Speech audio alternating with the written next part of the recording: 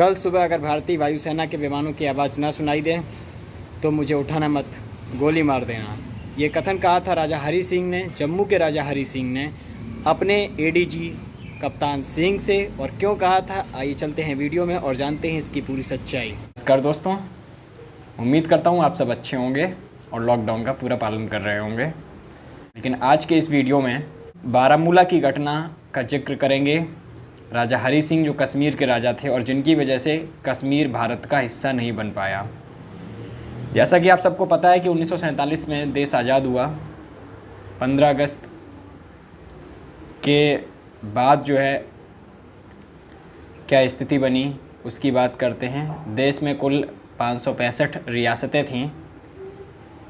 आपको पता ही है कि ये देश जो है आज़ादी के पहले पूरा भारत जैसा आज आपको दिखता है वैसा भारत नहीं था। सब अलग अलग राज्य थे, अलग अलग राजा थे, सब रियासतें अलग अलग थीं। जब देश आज़ाद हुआ तो 1947 के 15 अगस्त के पहले तक काफ़ी सारी रियासतें भारत में विलय हो गई। उन्होंने विलय पत्र पर हस्ताक्षर कर दिए। तो माउंटबेटन जो थे काफ़ी प्रयास किया कि सारी रियासतें एक हो जाएं। भारत को वो छोड़ के जाना चाह रहे थे स्वतंत्र रूप से, लेकिन उसमें वो कुछ रियासतें जितनी बची थीं उनको भारत को सौंपना चाह रहे थे। तो 1947 की वो कुछ इतिहास के पन्नों को हम पीछे से शुरू करते हैं। आप इस वीडियो को अगर पूरा देखेंगे तो आप एक अच्छा खासा नॉलेज गेन कर लेंगे। हम कुछ पीछे से बात शुरू करेंगे और इस वीडियो में हम कोई भी हवाई बातें नहीं करेंगे। हम पूरी तरीके से तथ्यों पर आधारित बातें करेंगे, सबूतों के साथ बात करेंगे।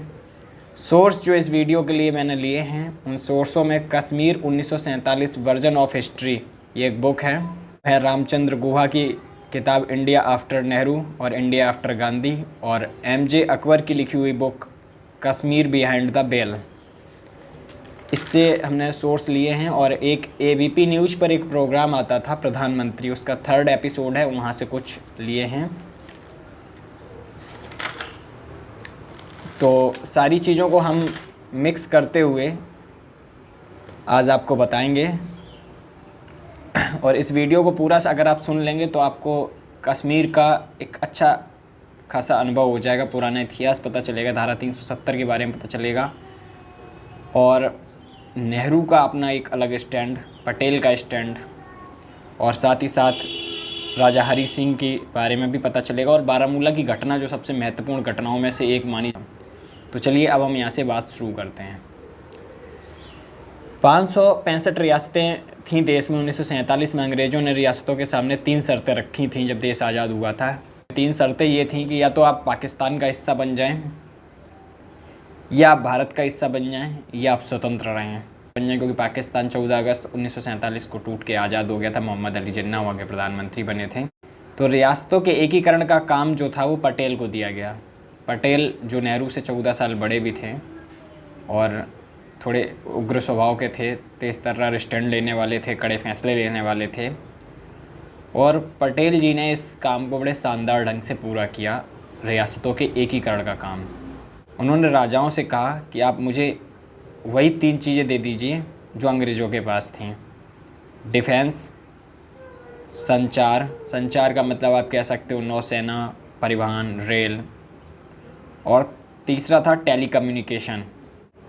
अब पटेल का स्वभाव ऐसा था, बहुत अच्छे व्यक्ति थे पटेल का एक स्वभाव ये था कि एक हाथ में लाठी और एक हाथ में गाजर लेके निकलते थे। पहले गाजर खिलाते थे प्यार से, भाई खा लो गाजर, मान जाओ तो ठीक है, नहीं तो लाठी खाओ।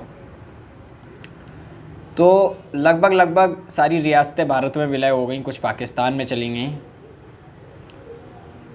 3 जगह मामला फंसा। वो 3 जगह कौन कौन सी थीं? उनमें एक जूनागढ़, एक कश्मीर और एक हैदराबाद। जूनागढ़ गुजरात के सौराष्ट्र का हिस्सा जो आजकल है उसे हम जूनागढ़ कह सकते हैं, और हैदराबाद का हिस्सा था, और कश्मीर था। अंग्रेज़ भारत के एक बड़े हिस्से को हमें देकर जा रहे थे जो उस समय पर ब्रिटिश इंडिया कहलाता था। और भारत में लगभग 40% हिस्सा रियासतों का हिस्सा था। मतलब इतने बड़े देश में 40% हिस्सा जो था वो रियासतों का था। अब ये सारी रियासतें एक हुई तभी तो भारत एक पूरा एक कंट्री बना। अब आप सोचिए एक बार को कि अगर ये रियासतें एक नहीं होती, सारे देश अलग अलग होते, तो मान लीजिए कि हम अपने ही देश में आज अगर ट्रेन से यात्रा कर रहे होते तो वीज़ा लेके यात्रा करनी पड़ती कि हम दिल्ली देश से निकलते हुए गाज़ियाबाद देश को होते हुए इटावा देश में घुसते हुए और कानपुर देश में पहुंच गए वीज़ा के साथ। तो इतने सारे देशों को पार करते हुए तब हम कानपुर पहुंच पाते। कितने सारे देश मिलते, छोटे छोटे बड़े बड़े देश हमें बीच में। इंटरेस्टिंग बात होती है। लेकिन पटेल साहब को श्रेय जाता है कि उन्होंने भारत की आज़ादी के बाद 2 साल के अंदर ही सारी रियासतों को एक कर लिया। रियासतें हमें मिल नहीं रही थीं, बल्कि 15 अगस्त को रियासतें हमारा हिस्सा बनेंगी या नहीं, मतलब रियासतें हमें अंग्रेज़ दे नहीं रहे थे, रियासतें हमें मिल नहीं रही थी खैरात में कि कोई हमें बस आ गए और मिल गए। ये रियासतों के ऊपर डिपेंड था, जो राजा महाराजा थे ये उनके ऊपर डिपेंड था कि वो हमारा हिस्सा बनेंगे या नहीं, या पाकिस्तान में मिले होंगे या स्वतंत्र रहेंगे। ये रियासतों के ऊपर डिपेंड कर रहा था। भारत की 5 रियासतें जो थीं वो फ्रांस के पास थीं। अब इंग्लैंड जा रहा था, फ्रांस तो नहीं जा रहा था भारत से, तो अब यहाँ समस्या थोड़ी फंस रही थी। जो 5 रियासतें उस समय फ्रांस के पास थी वो कौन कौन सी थीं? एक तो थी चंद्रनगर की, जो बंगाल का कुछ हिस्सा है, और जो 4 रियासतें बाकी बचती हैं वो थी यमन, माहिक, कराकल और पांडुचेरी। यमन पड़ता है आंध्र प्रदेश के इलाके में, जो इस समय आंध्र प्रदेश है उसमें यमन पड़ता है। माहिक पड़ता है केरल के इलाके में। पांडुचेरी एक तीसरा हिस्सा हो गया। और कराईकल जो था वो पांडुचेरी से जब चेन्नई की तरफ जाते तो लगभग 150 किलोमीटर दूर है, तो वहाँ कराईकल का हिस्सा। ये जो 5 रियासतें थी वो फ्रांस के पास थी, इंग्लैंड के पास नहीं थी। तो ये तो हमें नहीं मिल रही थी, जाहिर सी बात है। जो देश हमें छोड़ के जा रहा था उसी देश की रियासतें हमें वही सौंपेगा, उसी के एग्रीमेंट थे, उसी का विलय पत्र। पुर्तगाल के पास, क्योंकि पुर्तगाल भी उस समय भारत में ही कब्जा किया हुआ था, तो पुर्तगाल के पास गोवा, दमन और दीप और दादरा नगर हवेली थी। और पुर्तगाल भी भारत से नहीं जा रहा था, फ्रांस भी नहीं जा रहा था, पुर्तगाल भी नहीं जा रहा था तो केवल इंग्लैंड जा रहा था, ब्रिटिश हुकूमत जा रही थी। तो ये इससे जो मैंने आपको बताया, गोवा, दमन, दीप, दादरा नगर हवेली, ठीक है, चंद्रनगर, यमन, माहिक, कराकल, पांडुचेरी, ये सब भारत को वैसे भी नहीं मिलने वाले थे। सवाल ये भी था कि पुर्तगाल का हिस्सा भारत को कैसे मिलेगा। इन सबको मिलाकर एक देश बनाना बहुत कठिन काम था, और इन सबको मिलाकर एक देश बना जो पटेल ने बनाया 1947 से 1950 के बीच में। महात्मा गांधी 1948 की शुरुआत में, और पटेल जो नेहरू से 14 साल बड़े थे, जैसा मैंने आपको बताया, दिसंबर 1950 में मुंबई में चले गए। मतलब जनवरी 1948 में महात्मा गांधी गए और दिसंबर में 1950 में मुंबई में पटेल साहब की भी मृत्यु हो गई। वो अस्वस्थ भी रहते थे और बड़े भी थे काफ़ी, इस वजह से प्रधानमंत्री वो नहीं बन पाए, बल्कि उनका प्रधानमंत्री बनना तय ही था, लेकिन वो नहीं बन पाए। अब ये स्थिति आपको पता चल गई। कुछ लोग नेहरू जी को दोष देते हैं कि नेहरू ने ये किया वो किया। हो सकता है कुछ जगहों पे गलतियाँ हुई हों, उस समय की कंडीशंस के हिसाब से जो फैसले लिए गए वो ठीक थे। आज की कंडीशंस के हिसाब से आप उन्हें 70 साल बाद देखते हैं तो आपको गलत लगते हैं। हो सकता है कि जो फैसले नेहरू ने लिए वो आपको गलत लग रहे हो, लेकिन महात्मा गांधी होते तो भी कुछ कुछ स्थिति वैसी ही होती, उसमें बहुत खास बदलाव नहीं आता, थोड़ा बहुत चेंज होता है। लेकिन हाँ, अगर पटेल होते तो स्थिति थोड़ी सी बदल जाती, लेकिन बहुत ज़्यादा बदलती नहीं। पटेल का स्वभाव अपना अलग था। अब पहले हम थोड़ा सा जूनागढ़ की बात कर लेते हैं, और जूनागढ़ के बाद फिर हम कश्मीर के मुद्दे पे लौटेंगे। जूनागढ़ गुजरात के सौराष्ट्र वाले हिस्से में आता, मैंने बताया था अभी, जहाँ पाकिस्तान का इलाका है। जूनागढ़ की आबादी तो हिंदू थी, लेकिन शासक मुसलमान था। का नाम था महावत खान। तो जब ऐसी कंडीशन आई कि भारत में विलय करना है, पटेल टाइट हुए, पटेल ने उसको मिलाना चाहा, तो महाबत खान पाकिस्तान में मिलना चाहता था क्योंकि मुस्लिम कंट्रीज़ थी, पाकिस्तान मुस्लिम कंट्री थी और जिन्ना बड़ा स्वागत कर रहे थे उस समय कि कोई भी आ जाए जल्दी से। सवाल ये था कि महाबत खान पाक जाएगा कैसे। सोच तो वो रहा था कि हम पाकिस्तान में चले जाएं, जाना चाहता था, जाएगा कैसे भाई, अगर जाएगा तो बीच में तो भारत का हिस्सा है ना, जाएगा कैसे। उसे लगा कि समुद्री मार्ग से पाकिस्तान उसकी मदद कर देगा और पाकिस्तान को भी यही लग रहा था कि भाई हम मदद कर देंगे। उस समय जिन्ना एकदम भूखे थे, जल्दी आ जाओ भाई।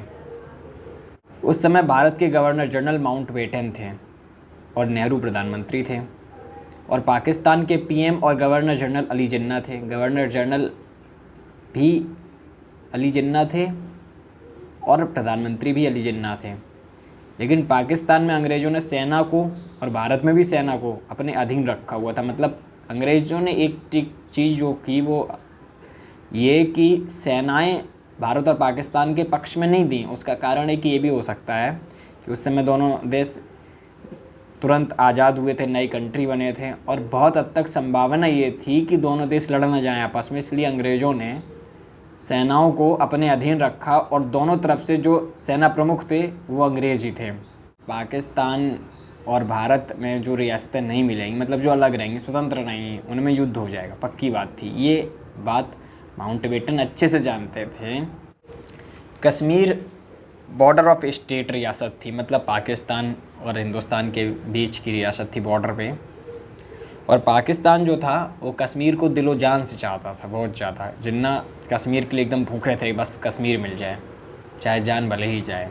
और उसका एक बहुत बड़ा कारण ये था क्योंकि वहाँ का जो शासक था कश्मीर का वो हिंदू था, लेकिन जो जनता थी 70% आबादी वहाँ मुस्लिम थी। तो उन्हें लग रहा था कि अगर वोटिंग कराई जाएगी तो हम आराम से वहाँ की जनता मान जाएगी और पाकिस्तान के पक्ष में आ जाएगी। लेकिन समस्या बस यही फंस रही थी कि शासक तो हिंदू था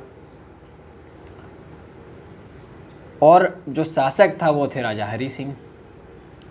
जब माउंटबेटन को लगा कि कश्मीर को लेकर मामला फंसेगा तो जून 1947 में माउंटबेटन हरी सिंह के पास गई। ये मतलब देश आज़ाद होने के थोड़ा पहले की बात है। किस तरीके से कश्मीर को ख़रीदा गया, डोगराओं के पास, डोगरा शासकों के पास कैसे आया, उसके पहले कश्मीर का क्या इतिहास रहा, पहले कहाँ का हिस्सा था कश्मीर अंग्रेज़ों के पास, फिर अंग्रेज़ उसको क्यों हड़पना चाह रहे थे। ये सारी बातें हिस्ट्री में और पीछे अगर जाएंगे तो ये सब मिलेंगे। इसके ऊपर कभी अलग से एक वीडियो बना देंगे। फ़िलहाल हम 1947 की बात कर रहे हैं तो 1947 के टॉपिक पे ही बात करेंगे। हरी सिंह मतलब एक इस तरीके के राजा थे जैसे मतलब जैसे आजकल के राजा हुआ करते थे पहले, कि एकदम शान शौकत वाले, मदरा पीनी है, पब जाना है, पता चले मुंबई के रेस कोर्स में जुआ खेल रहे हैं राजा जी, एकदम जनता से कोई लेना देना नहीं, बस अपने में राजा जी मस्त हैं। इस तरीके के राजा थे और मतलब मोस्टली राजा सभी ऐसे ही होते थे।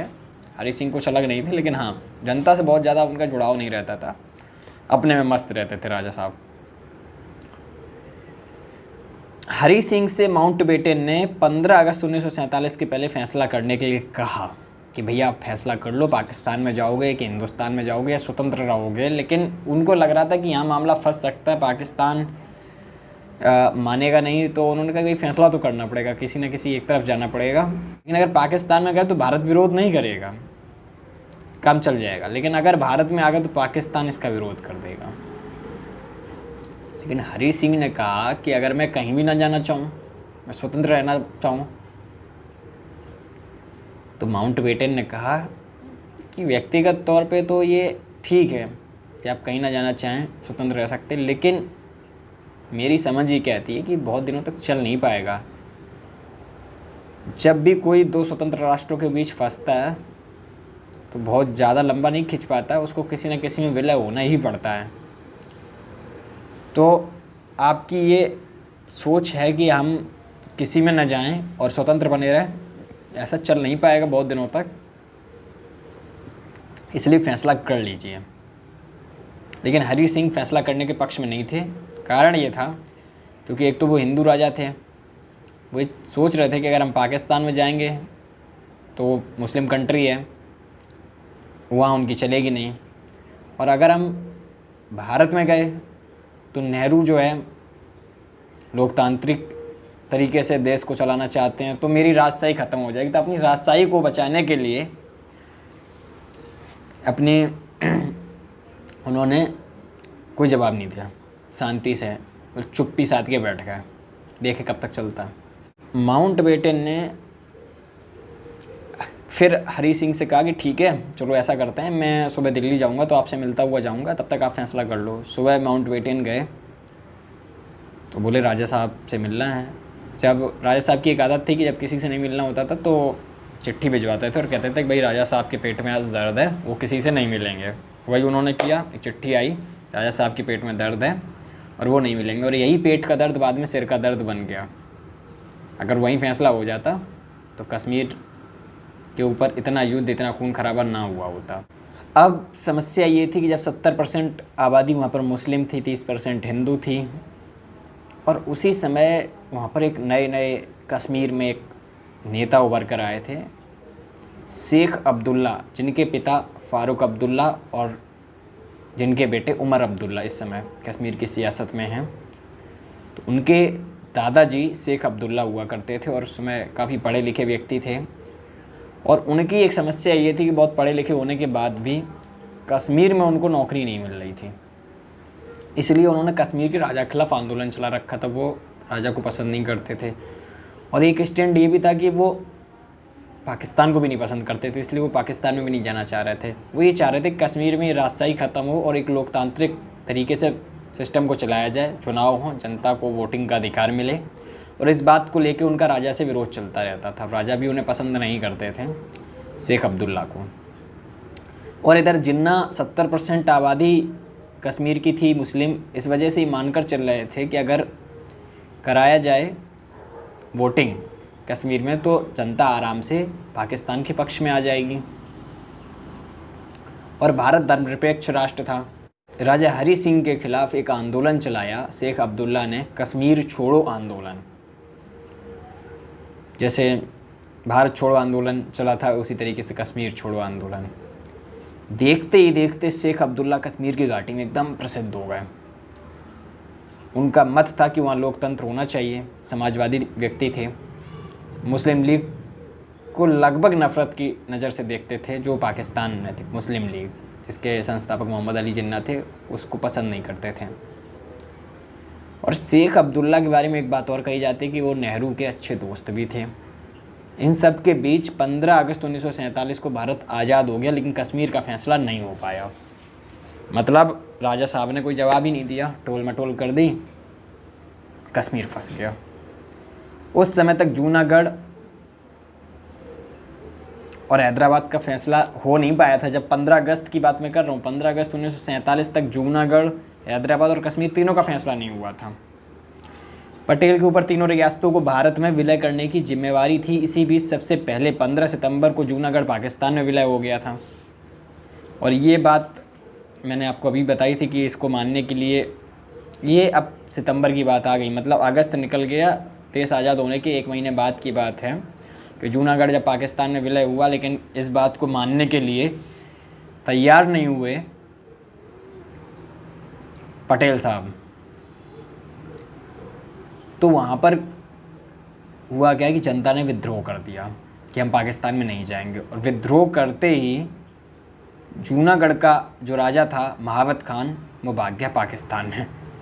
वहाँ के मुख्यमंत्री ने भारत को पत्र लिखकर जूनागढ़ लेने का आग्रह किया। कहाँ के मुख्यमंत्री ने? जूनागढ़ के मुख्यमंत्री ने।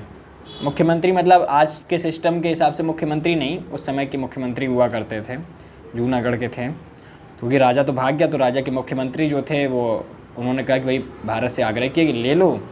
तो भारत ने जनमत संग्रह कराने का फैसला किया, मतलब वोटिंग के आधार पे, और जनमत संग्रह कराया। और जनवरी 1948 में जूनागढ़ में जनमत संग्रह हुआ। उसमें 99% वोट जो थे वो भारत के पक्ष में पड़े और भारत में जूनागढ़ का विलय हो गया।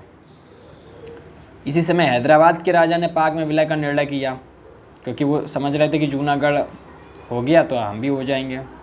पटेल ने समझाया, गाजर खिलाई, भाई मान जाओ, लेकिन नहीं माने। नवंबर 1948 में एक एग्रीमेंट में हस्ताक्षर हुए जिसमें 1 वर्ष तक कुछ न करने का, बोले ना हम कुछ करते हैं। ये हैदराबाद के राजा की कहानी है, बोले ना हम कुछ करते हैं और ना तुम कुछ करो, बात ऐसे चलने दो। पटेल साहब को भी लगा कि चलो ठीक है, इससे कुछ वक्त मिलेगा, इन्हें हम बाद में निपटा लेंगे, पहले कश्मीर का मुद्दा देखते हैं। इधर कश्मीर में तनाव बढ़ रहा था। किस किस में तनाव बढ़ रहा था? राजा में और शेख अब्दुल्ला में। और वहाँ पे बात ये हो रही थी कि किसी तरीके से इसको मैनेज करा के भारत के पक्ष में कर लिया जाए। 1946-47 में शेख अब्दुल्ला को गिरफ़्तार कर लिया गया। मतलब 46 और 47 के समथिंग शेख अब्दुल्ला को राजा ने गिरफ़्तार करवा के जेल में डलवा दिया। इसके बाद 20 अक्टूबर 1947 को अकबर खान ने, ये एक सैनिक अधिकारी थे पाकिस्तान के, अकबर खान, इन्होंने क्या किया कि गलती करी और कश्मीर पर अधिकार करने के लिए वजीरिस्तान के ट्राइबल मुस्लिम, जिसको हम आज़ाद सेना कह सकते हैं, इसकी फ़ौज को तैयार किया। अपनी फ़ौज के भी कुछ सैनिक उसमें मिलाए बिना वर्दी के, और कहा कि भाई कश्मीर पे आक्रमण करना। ये कबीली लोग थे, ट्राइबल मुस्लिम्स, ठीक है। और ये अब घटना आपको ले जाएगी बारामूला की घटना की तरफ। और इसके बाद राजा हरी सिंह ने किस तरीके से एग्रीमेंट पे सिग्नेचर किए, इसको भी आप देखेंगे। और ये जो आज़ाद सेना तैयार हुई अकबर खान के नेतृत्व में, ये 20 अक्टूबर को करीब 10,000 पाकिस्तानी सैनिक, मतलब पाकिस्तानी सैनिक का मतलब वही सारी सेना जिसमें पाक सैनिक शामिल थे, 10,000 के आसपास ट्रकों में भर भर के वजीरिस्तान से निकली और श्रीनगर की ओर बढ़ी। ये जो सोर्स हैं, ये MJ Akbar, Kashmir behind the vale, India after Nehru and India after Gandhi, Ramachandra Guha की किताब से लिए गए सोर्स हैं। मैं कुछ अपनी तरफ से नहीं जोड़ रहा हूँ। तो जब पाक से आज़ाद सेना जो है, ट्राइबल मुस्लिम्स की फ़ौज जो 10,000 में ट्रकों में भर भर के आ रही थी, वो जब कश्मीर की तरफ बढ़ी तो ये बात हरी सिंह को पता चली, जिससे अपनी सेना पर बहुत भरोसा था कि भाई हाँ, हमारी सेना के रहते हुए हमें किसी की ज़रूरत नहीं है, हम युद्ध लड़ा लेंगे और जीत भी जाएंगे। लेकिन हरी सिंह के ब्रिगेडियर थे, अब यहाँ बहुत इंटरेस्टिंग बात है, आप समझने की कोशिश करना। हरी सिंह के ब्रिगेडियर थे राजेंद्र सिंह। राजेंद्र सिंह ये बात जानते थे कि सैनिक मुसलमान ज़्यादा हैं, क्योंकि मुस्लिम आबादी ज़्यादा थी, तो कहीं ना कहीं ये हो सकता है कि विद्रोह कर दें सैनिक और विपक्षी पार्टी को ज्वाइन कर लें। उन्होंने हरी सिंह से कहा कि आपकी सेना में 50 से 60% जो सिपाही हैं वो मुस्लिम हैं, और इस बात की पूरी संभावना है कि अगर उन्हें थोड़ा सा भी लालच दिया गया तो विपक्षी पार्टी को ज्वाइन कर लेंगे, क्योंकि सैनिक जो है बहुत अमीर नहीं होता, बहुत गरीब होता है, उसे ज़रा सा लालच मिलेगा वो तुरंत ज्वाइन कर लेगा। पाक से निकली ट्राइबल मुस्लिम्स की फ़ौज अगले 1-2 दिन में मुजफ्फराबाद पहुंच गई। मुजफ्फराबाद जो आजकल POK कहा जाता है, जैसे वो लोग आज़ाद कश्मीर कहते हैं पाकिस्तान के लोग और हम लोग POK कहते हैं, वहाँ की बात कर रहे हैं, जिसे हम पाक ऑक्यूपाइड कश्मीर कह सकते हैं, मुजफ्फराबाद। इससे श्रीनगर की दूरी लगभग 150 किलोमीटर है। मुजफ्फराबाद से श्रीनगर की दूरी 150 किलोमीटर बची हुई है। अब राजा हरी सिंह घबराया भाई, जब वहाँ से 150 किलोमीटर दूर रह गए तो राजा हरी सिंह को बेचैनी हुई कि अब क्या होगा, कैसे मैनेज होगा। अगले दिन जो पाक ट्राइबल्स की फ़ौज थी आज़ाद कश्मीर सेना की, वो उरी के पास पहुंची, श्रीनगर से लगभग 100 किलोमीटर दूर। अब इसके बाद राजा के सैनिकों ने विरोधी पाकिस्तान को ज्वाइन कर लिया, जिस बात की संभावना राजेंद्र सिंह को पहले से ही थी। उन्हें थोड़ा सा लालच मिला और अच्छी खासी आबादी ने ज्वाइन कर लिया पाकिस्तान ट्राइबल मुस्लिम्स की फ़ौज को। उसके बाद ब्रिगेडियर राजेंद्र सिंह ने मोर्चा संभाला। राजा ने कहा चलिए हम भी चलते हैं युद्ध लड़ने। तो ये बात राजेंद्र सिंह जी जानते थे कि बोले तुमसे ना हो पाए, मतलब मन में उन्होंने सोचा कि तुमसे ना हो पाएगा। आप उनका नहीं आप ऐसा है, आप यहीं रुकिए, मैं देखता हूँ। और उन्होंने मोर्चा संभाला राजेंद्र सिंह जी ने, और राजा को श्रीनगर से जम्मू भगाया गया। मतलब राजा साहब से कहा गया कि आप श्रीनगर से जम्मू की तरफ जाइए। तो आप राजा जी जो है श्रीनगर से जम्मू गए, तो किस तरीके से गए आप इस चीज़ को ज़रा देखिएगा, क्या क्या मतलब अपने साथ लेके गए। भाई ऐसा तो है नहीं कि राजा अकेले भाग गए होंगे, तो राजा का सामान था, राजा के हाँ मतलब जो भी चीज़ें हुआ करती थी उसमें परिवार हुआ करता, तो किस तरीके से श्रीनगर की तरफ भागे ये चीज़ें हम आपको बता रहे हैं, इसको बहुत ध्यान से सुनिएगा क्योंकि ये इंटरेस्टिंग बात है। राजा को भगाया गया श्रीनगर से जम्मू। राजा ने पहले दिल्ली फ़ोन किया कि मुझे बचा लीजिए। दिल्ली से वीपी मेनन श्रीनगर गए। तब श्रीनगर से दिल्ली हवाई मार्ग से ही जाया जा सकता था, मतलब सड़क मार्ग या जल मार्ग इस तरीके की कोई व्यवस्था नहीं थी, केवल हवाई मार्ग ही एक तरीका था जिससे श्रीनगर जाया जा सकता था। उन्होंने हालचाल लिए, श्रीनगर के राजा से बात करी और फिर वो वापस दिल्ली गए। दिल्ली में उन्होंने मीटिंग की और मीटिंग में माउंटबेटन, नेहरू, पटेल सभी लोग शामिल हुए।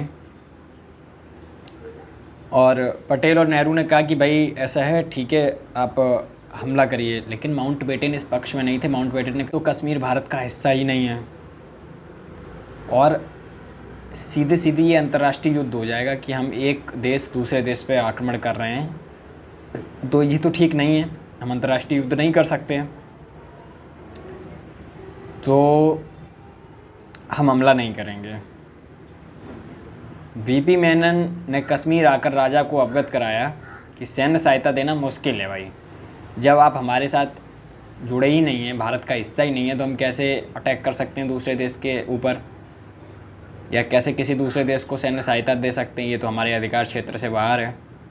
अब एक ही तरीका बचा था कि अगर विलय पत्र पर हस्ताक्षर करके राजा हरी सिंह भारत के साथ विलय कर लें तो ही बार राजा की जान बच सकती थी। राजा वहाँ से भाग के आए थे श्रीनगर से जम्मू, तो अपने साथ तमाम गाड़ियाँ, अपना सारा खजाना और अपना परिवार पूरा लेकर आए थे, अकेले नहीं आए थे।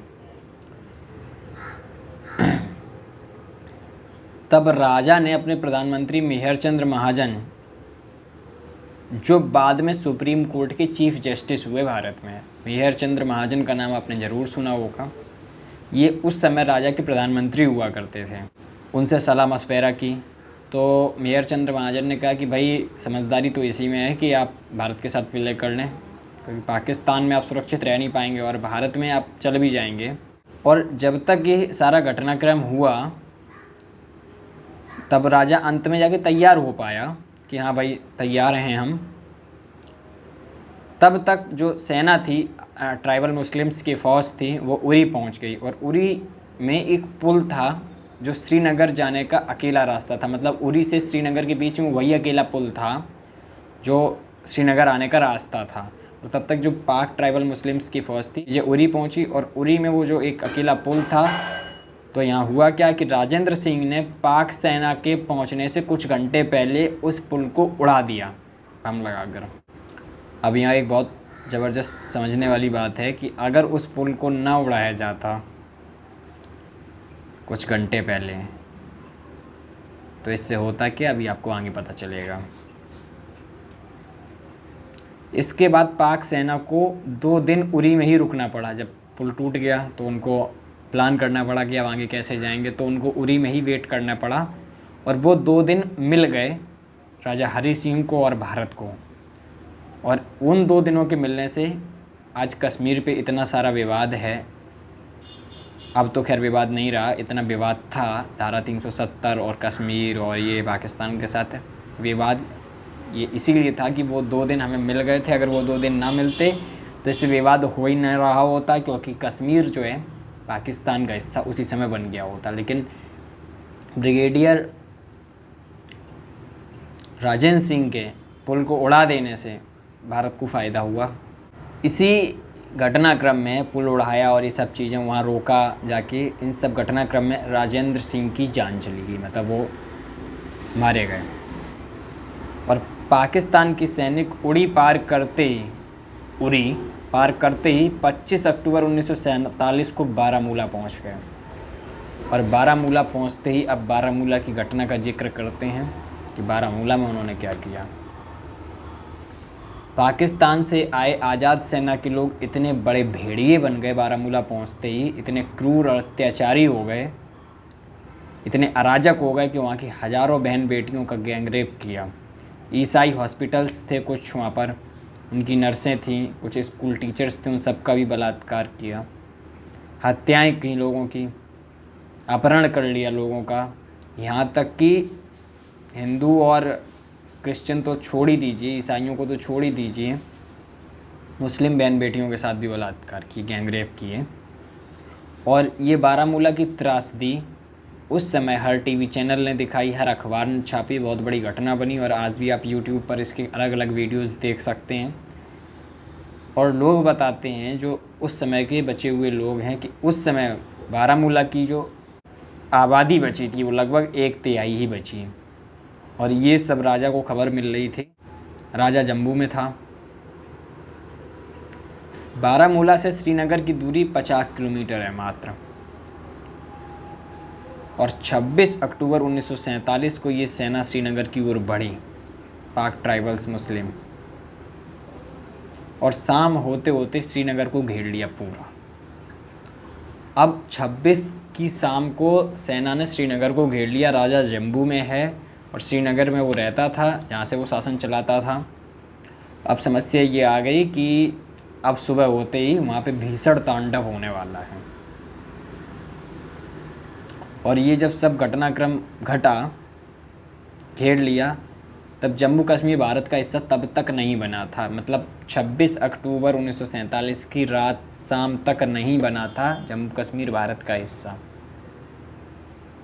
वीपी मेनन श्रीनगर में रुके थे और श्रीनगर को घेर लिया था। तो किसी तरीके से वो भागे वहाँ से, वीपी मेनन और मेयर चंद्र महाजन दोनों लोग। राजा सारी गाड़ियाँ अपने साथ ही ले गया था। एक खटारा गाड़ी बची थी, उस पर किसी तरीके से चढ़ के जान बचा के भागे, एयरपोर्ट पहुँचे और वहाँ से दिल्ली गए। 26 अक्टूबर को वीपी मेनन और मेयर चंद्र महाजन विलय पत्र लेकर वापस तुरंत जम्मू गए। और जम्मू कब गए ये बात आप समझना पहले है। जब दिल्ली पहुँचे पहले और दिल्ली में फिर मीटिंग हुई, तो अब उन्होंने कहा कि विलय पत्र ले जाइए, उसमें सिग्नेचर करवाइए। और विलय पत्र वहाँ से लिया और जम्मू गए, राजा से हस्ताक्षर करने को कहा। और अगर नहीं राजा करते तो 27 अक्टूबर की सुबह जो है बहुत बड़ा तांडव होने वाला था। राजा ने 26 अक्टूबर की रात्रि को हस्ताक्षर किए और दोनों लोग दिल्ली आए।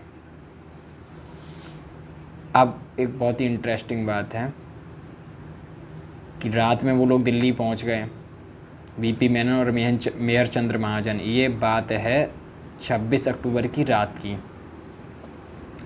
और 27 को तबाही मचने वाली थी।